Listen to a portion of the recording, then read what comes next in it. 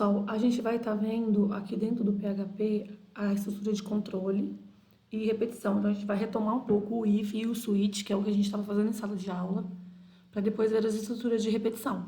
Lembrando que muitos dos alunos não têm opção de fazer isso na prática em computador, apenas com o uso do celular. Então, todas as atividades vão conseguir ser feitas com apenas vocês pegando um caderno e desenvolvendo isso no caderno, sem necessidade de estar de fato implementando. Mas aqueles que quiserem e puderem implementar, podem estar testando na prática. Depois eu vou gravar um vídeo para ensinar vocês a instalar o servidor e configurar o servidor web com PHP para poder estar testando os códigos. Porém, isso não vai ser obrigatório nessas atividades à distância, ok? Essa aula aqui, onde eu estou explicando, falando numa explicação falada, ela não vai substituir o arquivo da aula, que é a parte teórica, porque aqui fica mais resumido, e lá, de repente, tem um conteúdo mais detalhado, tá bom? Então, uma complementa a outra, mas não pode substituir a aula em PDF, que também está na plataforma. Aqui temos a estrutura if, que é, em português, o se, Ela é composta de if com else. Então, o else é o senão e o if é o se. Como que ele funciona? Ele avalia uma expressão. Então, if expressão lá em cima. E dependendo do resultado dessa expressão, é executado um conjunto diferente de instruções. Então, se esta expressão for verdadeira, o if é verdadeiro. A expressão é verdadeira, então ele entra para executar o bloco 1. Se essa expressão for falsa, ele pula para o senão, que é o else if. Chegando no else if, ele vai ter uma segunda expressão para ser testada, que é a expressão 2. Se essa expressão for verdadeira, o bloco 2 é executado. Caso essa condição seja falsa, ele pula o bloco 2 e vai para a última instrução, que é o else. O else é o senão. Esse último else não tem teste, não tem um if. Então, se a primeira expressão for falsa e a segunda for falsa, obrigatoriamente ele executa o bloco 3 que está dentro do else. A gente pode colocar dentro de um bloco if com else if, vários else ifs, tá? Então, normalmente, se a gente tiver 5 condições para testar, a gente testa 4, começando uma pelo if, as outras 3 com else if e a última caindo no else. Caso o bloco só tenha uma linha, a gente pode dispensar as chaves, elas não são obrigatórias. E não é obrigatório o uso do else if ou do else. Você pode utilizar apenas um único if isoladamente. Nesses exercícios para treino e para exemplificação não serão feitos com um formulário, para ficar uma forma mais simples de entendimento, e o formulário acaba aumentando o código, muito código, Então, aqui nesse exemplo, temos duas notas de provas. A prova 1 recebendo 7, a prova 2 recebendo 5. Ali em nota é feita a média aritmética, soma das duas notas dividido por 2. E aí, esse aluno vai ser enquadrado em alguma dessas classificações, excelente, bom, médio, ruim e péssimo. Aqui foi feito da menor para a maior nota. Então, primeiro if, se a nota for menor que 3, então o desempenho do aluno é péssimo. Mas caso a nota não seja menor que 3, esse teste fica falso e ele vai testar se ele é menor que 5. Então, na hora que ele vai no else if, para testar se é menor que 5, se ele chegar no segundo else if, é porque o primeiro ficou falso, ou seja, ele não é menor que 3, ele já é maior que 3. Então, se ele for entre 3 e 5, o desempenho é ruim. Se não for menor que 3, nem menor que 5, ele pode ser maior que 5. Então, vou testar se a nota é menor que 7, para saber se está no intervalo entre 5 e 7. Se ele for menor que 7, ele vai estar entre 5 e 7, ali em alguma coisa ali no meio. O desempenho dele vai ser médio. Agora, se não for menor que 3, nem menor que 5, nem menor que 7, eu vou verificar se está entre 7 e 8. E aí, o desempenho dele... Peraí que passou já para o próximo slide enquanto eu falava. O desempenho dele vai ser bom. E se não for até menor que 8, a média, consequentemente, é maior que 8. então vai ser excelente. E após essas atribuições do desempenho do aluno, tem um eco, que é para imprimir para ele qual foi o desempenho dele.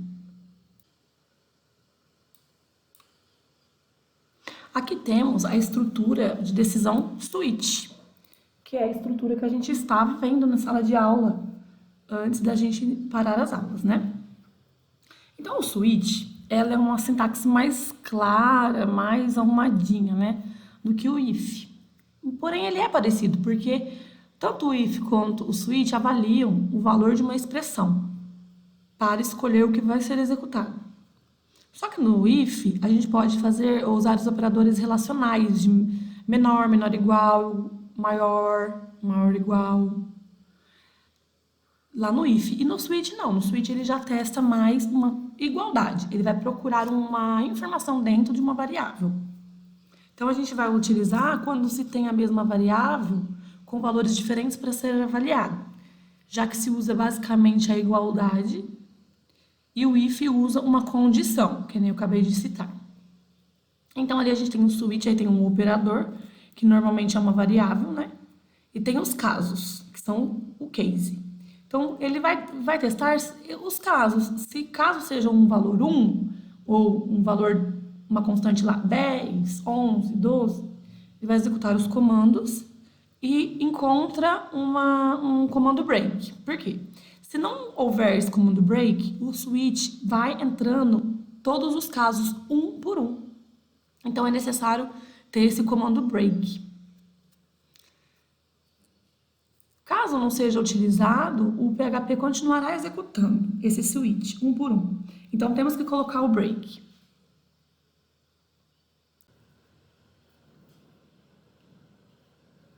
Nesse exercício, é testada uma opção. Então, a variável opção recebe. Ela pode receber vazio, S ou N, de sim ou não. Ali, no caso, está vazio, mas se vocês forem fazer o teste, podem colocar um S minúsculo ou N minúsculo. Aí tem switch opção, então ele vai testar a variável opção. Os casos podem também testar, além de variáveis inteiras, pode testar variáveis texto, string. Só você colocar a variável entre aspas simples. Pode ser uma única string ou pode ser uma palavra. Ele consegue testar. Então, caso seja S minúsculo, ele vai imprimir que você escolheu sim. Aí faz o break. Caso seja N minúsculo, ele vai imprimir que você escolheu não. Aí faz o break. Agora, o default é como se fosse o else do if, que é a opção que você não previu, que você não testou, que é a opção é um senão. Então, se não for S nem N, ele pode dar uma terceira resposta para o usuário. No caso aqui, opção inválida. A opção é inválida. E também termina com o break. Porém, se você, no default, como é a última instrução, se você não colocar o break, ele também vai funcionar, tá bom? Não vai dar problema não. O que você não pode esquecer é de colocar o break nos casos que ficam antes do último, porque senão ele vai entrando nos posteriores. Também não esquecer que após a opção tem um abre-chaves e ao final de todos os casos tem o fecha-chaves para fechar a estrutura toda. Esse slide mostra um comparativo entre o if e o switch. Se eu fosse resolver o mesmo problema com o if e com o switch, ficaria dessa forma. Então, temos a variável número. Aí, o if, para fazer o if, eu tenho que fazer uma condição. Então, se o número, aí eu tenho que usar o operador de igualdade. É igual a zero, para saber se é zero. Aí, ele vai imprimir que o número é zero. Se não, se o número for igual a 1, ele vai imprimir que o número é 1. Se não, se o número for igual a 2, vai imprimir que o número é 2. Se não, ele vai falar que o número não foi encontrado. O switch, a gente coloca a variável a ser testada dentro dele, dentro do parêntese, e coloca nos casos todas as opções, todos os valores que ele pode assumir na execução do programa, ou aquilo que você deseja testar. Caso seja 0, nós vamos imprimir que o número é 0. Caso seja 1, nós vamos colocar que o número é 1. Caso seja 2, nós vamos imprimir que o número é 2. E o default seria para colocar uma informação ou um processamento, algum código, ou nesse caso a gente vai colocar uma mensagem dizendo que o número não foi definido. Então, assim, os ecos, eles estão para demonstrar o exemplo que é simples, mas dentro dos casos e dentro dos ifs, a lógica pode ser mais complexa, pode ter várias linhas de programação para você resolver um problema, uma regra de negócio de uma empresa, ou um problema mais específico, porque cada programa ele é feito para resolver um determinado tipo de problema. Então, os problemas são bem diversificados. Você sabendo usar a estrutura e os comandos da linguagem, depois você consegue solucionar problemas específicos de determinadas empresas, determinadas regras de negócio, problemas de negócio mais específicos das empresas, onde você possa vir trabalhar. Após os comandos condicionais, as estruturas condicionais, vamos ainda ver nessa aula o while e o do while. Vamos deixar para ver o for e o for each, que são outras duas estruturas de repetição, na próxima aula, junto com o conceito de array, que é vetor. Bom, o while, traduzido para o português, significa enquanto. E o teste dele é executado no início. Então, enquanto uma determinada expressão for verdadeira, ele entra e executa os comandos. Fica executando aqueles comandos enquanto aquela condição for verdadeira. Então, ele é composto por uma expressão e um bloco de comandos. Esse bloco de comandos pode ter um, dois ou diversos comandos diferentes. Bom, caso esse bloco de comandos esse bloco de expressões seja falso, o while encerra sua execução. E a gente tem que tomar cuidado para não criar expressões que nunca se tornam falsas, pois seríamos um loop infinito.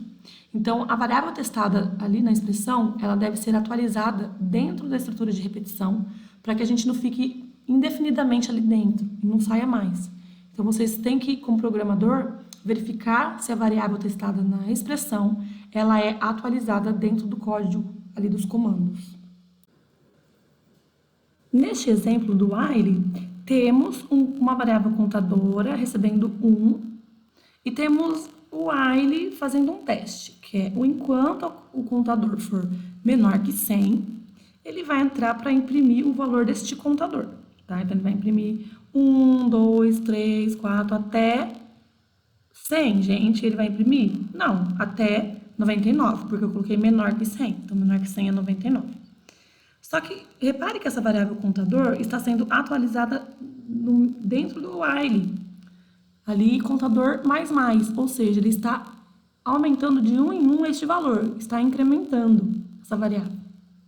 Então, essa variável ela está sendo incrementada. Vai chegar uma hora que a expressão do while vai ser falsa. Então, o while vai parar, ele vai encontrar uma condição que vai ficar falsa para ele parar. Agora, o que aconteceria se ao invés de contador menor que 100, tivéssemos testado contador diferente de 0? O que aconteceria? Teríamos um problema. A estrutura de repetição ficaria em loop infinito. Por quê? Porque enquanto o contador for diferente de 0, ele está contando sempre de 1 em 1, de 1 em 1, de 1 em 1. Então, ele sempre vai estar diferente de 0. Ele nunca vai ser igual a 0 para poder ficar falso. Então, aí teríamos um problema. Aqui temos outra estrutura de repetição, que é o while também, mas é o do while, onde o teste é realizado ao final do bloco de comandos. Então, a gente tem aqui a única diferença, entre o while e o do while é que o while avalia a expressão no início do laço e o do while ao final. Ou seja, se essa expressão for falsa, só vai ser testada no final. Então, pelo menos uma vez, vai ser realizado os comandos dessa estrutura de repetição. Pelo menos uma única vez. Enquanto o while não executaria nenhuma vez. Caso a condição já fosse falsa e testada ela já de início fosse falsa, não iria iniciar o laço, então não seria executado nenhuma vez.